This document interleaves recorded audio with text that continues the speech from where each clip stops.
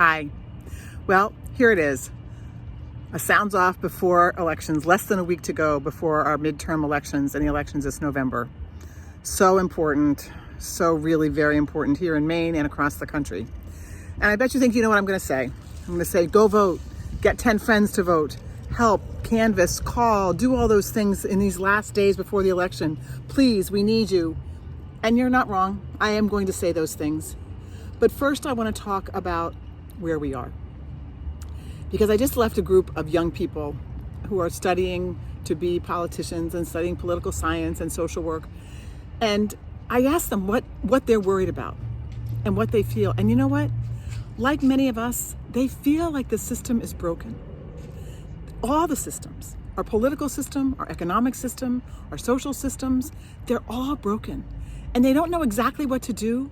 And they're not sure that voting is the right thing to do, right? And I get it.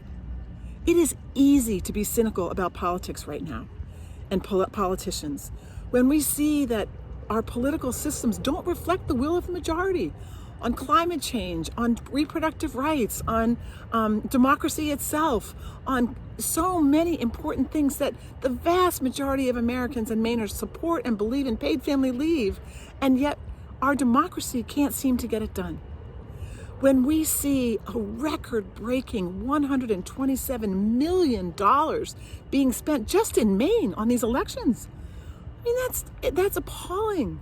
It's absolutely appalling. And to somehow ask people to believe that their voice is not being drowned out by $127 million of dark money or money being spent from out of state in tiny little towns all over Maine, you're getting them. You're getting all the negative ads. You're seeing them on TV. You're getting the million flyers in your mailbox. You're getting them. It's easy to be cynical. And I get it. And we have work to do, not just on November 8th, but after this, to fix this very broken system. And there are signs of hope. Yesterday, I was at a place where we turned in over 80,000 signatures that said we're going to ban the influence of foreign money in Maine referendums, and we're going to exhort Congress to pass an amendment to end a constitutional amendment to end Citizens United, to overturn it. That's a hopeful thing. These young people, even though they're frustrated and they're feeling cynical and broken, feeling like the system's broken, they're still voting. They're still making calls. They're still going to try. They promised me they would get 5 of their friends to go to the polls who were going to not ignore it. And again, this is not because the system's perfect. It's not because our system's not desperately broken and we have a lot to do. But it is the thing of where we are going to start to fix the brokenness. If we don't win these midterms, if we don't see progressive change, we could very well lose our democracy. So I said to them, voting, this will at least help us not start from the very beginning, or not to have to rise up from the total ashes. It will keep us at least where we are, so we can build and move and change and promote and really do the deep systems change from that place.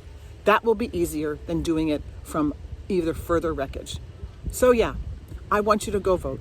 I want you to spend whatever time you can in the next days ahead before the election, canvassing, calling, talking to your friends, calling the people call your brother-in-law, call your second cousin twice removed who never votes, and ask them to do it. Ask them to do it for you because they love you.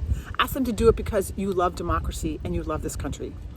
I want you to just do everything you can, and we will vote. We will turn out this midterm like it matters, because it does, and like it matters so much because it does. And then we will get to the real work of repairing this very broken system. There are good things happening. There are good people working. We can join them.